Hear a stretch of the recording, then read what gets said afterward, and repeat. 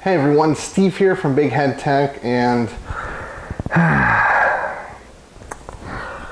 I have an idea for one video, then I start working on something else and realize that I need to do a different video, and then I have two videos, and I'm like, should I make two videos? Should I combine them in one? And here we are, 1660 Ti versus 1660. The idea was unboxing a review real simple. Then I'm like, let's do benchmarks. Oh, I got this card in, but I need to get this back to the customer ASAP. Oh wait, there's a bigger problem with their computer and they need a whole new system. So let's benchmark these two. That's essentially what happened. So we have the Gigabyte 1660 Ti that was $299. The reason why is this supports the RGB Fusion, which as does their board, and they want a RGB, and I had to make sure everything worked right, so that's why we spent like an extra $20, $30 on a card. And we have the most basic 1660 Ti for $200, $220. You can find these for $200 in some cases. But this was bought so it would fit. We didn't need it to be too tall. That's what the thing was. We needed it to be a certain height. And card works fine, but just not in the system that it's supposed to go in. So that's kind of how we got here. We also have a GTX 1080. Why this is relevant, it's not. To give you a preface of what happened here, the Vega 64, which is not here, so I'm going to always point off camera for that. That was used previously, that was my old card, and that was done in a completely different test system, which you'll see here in a little bit. But I figured, even though the test results aren't going to be accurate compared to the rest, you guys might want to see it, and I'll mention that again here in a little bit. But I figured, why not? I have a 1080, I can retest it, and you know, just more benchmarks aren't bad as long as I'm very clear on some of the differences. This is going to be benched in the same system, so that's going to be relevant. So let's dive into some of the disclaimers, the testing methodology, and then we'll go right into the benchmarks. Testing methodology is standard with one exception, with the two asterisks. I thought about it for a while, and including the Vega 64 results I had, I previously wanted to do a 1080 versus Vega 64. I benched the Vega 64, and then I never got around to benching the 1080 on that bench. So the Vega 64 results need to be taken with a grain of salt. It's in a completely different setup. Results are going to be different in many scenarios. However, I felt that you guys might be interested in just seeing general performance on a Vega 64 in a different test setup. So here we have the two test setups, one with the Vega 64, one with the GTX setup. So I'm only going to really talk about the standard test bench. So we have the Ryzen 5 3600, the stock cooler. I have a standard fan curve that I run on stock coolers. You can see in previous videos, but I want to say it's 40% till 30 degrees Celsius, and then 60% at 50, and then I think it's 80% at 65 degrees, and then 100% at 80 degrees. It's stock fan curve I run. For GPUs, I run a little different. 20% till 30, and then it'll ramp up to 50% at 70, so it'll kind of work its way up. And then once it hits 80, there's a steep increase from 50% to 80% fan speed, and then at 90 it's at 100. So that's a standard one that I run. I like it. It generally keeps a pretty good balance of cooling performance and silence, so keep that in mind. So we have the Ryzen 5 3600, an Asus Strix B450F motherboard. The CPU is running Precision Boost, about 4.2 gigahertz on all cores for the most part. CPU didn't go over 65 degrees C during any of the test results here, so keep that in mind. I think 70 was the highest that I saw. We're running two things from Be Quiet that they've supplied previously, so that's a Pure Power 11, which is a 600 watt, well, they have multiple, but this one's 600 watt 80 plus cold. The Silent Base 801 stock configuration. So that is the case I'm running. And the SSD is a P1 500 gigabyte NVMe SSD. Memory is 3600 megahertz from G.Skill CL19. And that's pretty much it. So let's talk. I'm gonna again pull up some of the benchmarks here. We're really highlighting these two cards, but we are going to include results just because I had them and I figured you guys might be interested. So 3D Mark Time Spy, the GTX 1081, obviously, the Vega 64, which we're going to like point over here since it isn't here, lost by about 450 points, but there was a 900 point drop off from there to the 1660 Ti, and then the 1660 had another 100 points off of there. What I think we're going to see going forward is the GDDR6 memory and the more powerful core rather is just going to be a little too much for this card to keep up. That being said, these two physical cards, 220 and 300, yes, they do make cheaper versions of this. Yes, I've seen cheaper versions of this, but they're generally about a $50 to $80 delta between the two. Now, superposition, excuse me. Vega 64 didn't do that well, about 1,000 points below the Champ, the 1080. Really kind of disappointed there.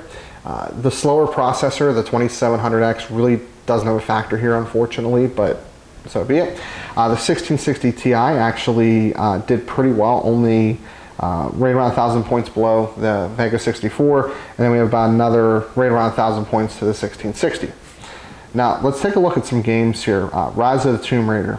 This is an outlier, and this is really part of the reason why I wasn't sure if I wanted to include the Vega 64 was the processor clearly had some bottleneck here, unfortunately.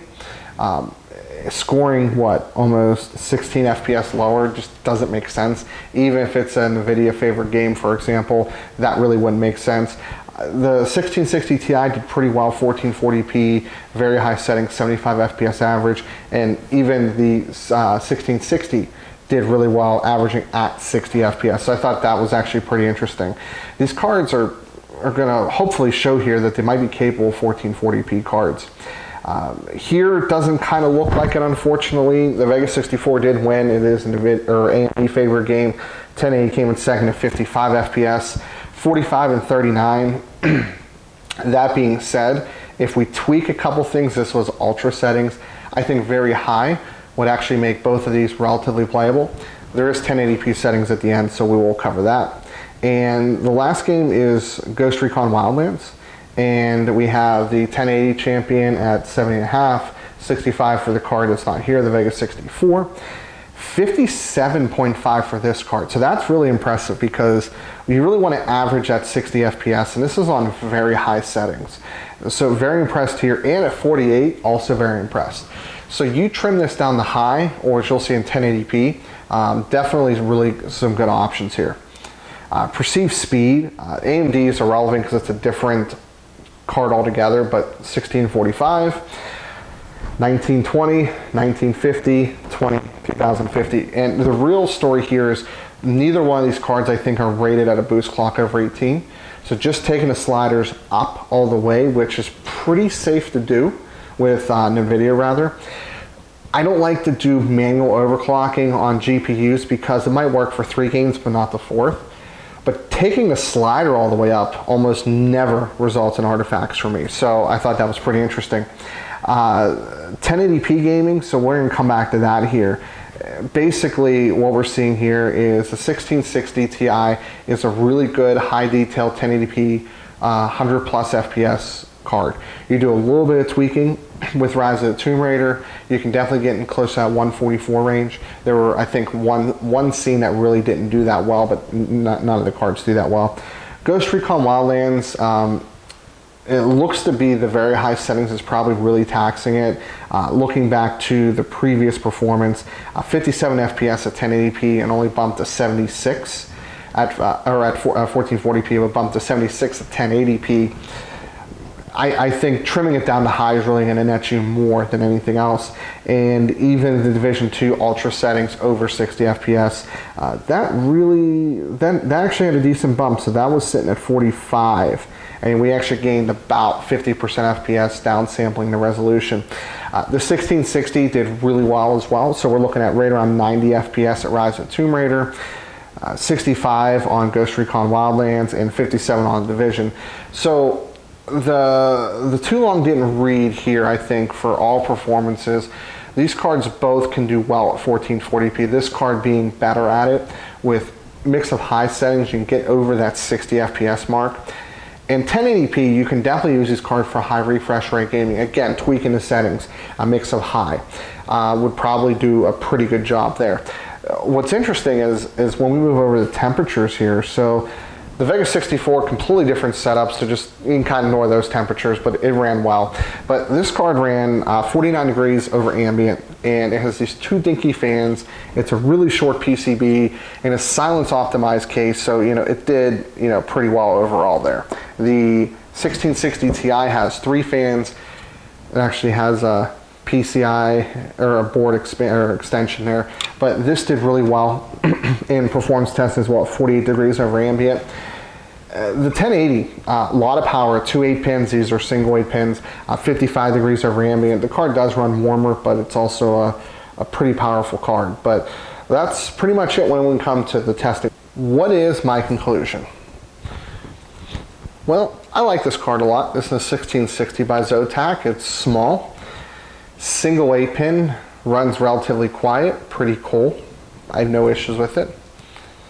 This card, a little tricky. I have some fan ramping issues. I believe I solved those, loose connector, so it should be fine.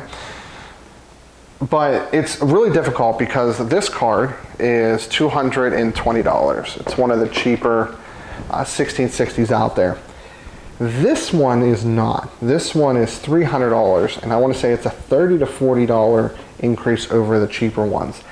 I've seen some 1660s as low as $200, but there's generally a $60 to $80 increase from card over card.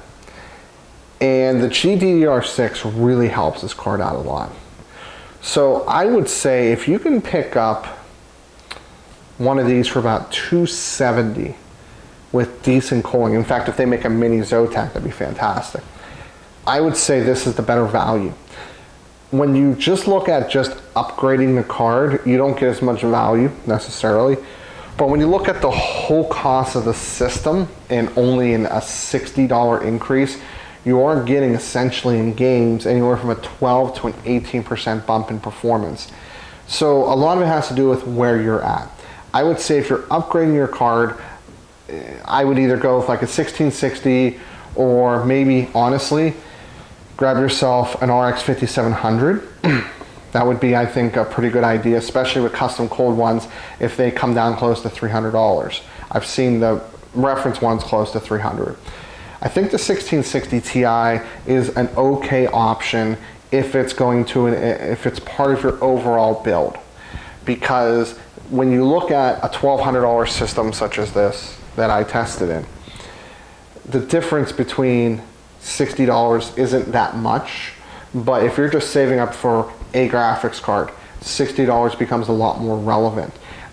Price to performance, just a card alone, this card's going to kick its butt. But when you look at the whole system, this card is going to honestly outpace that, because then we go from, say, we'll use a flat $1,200.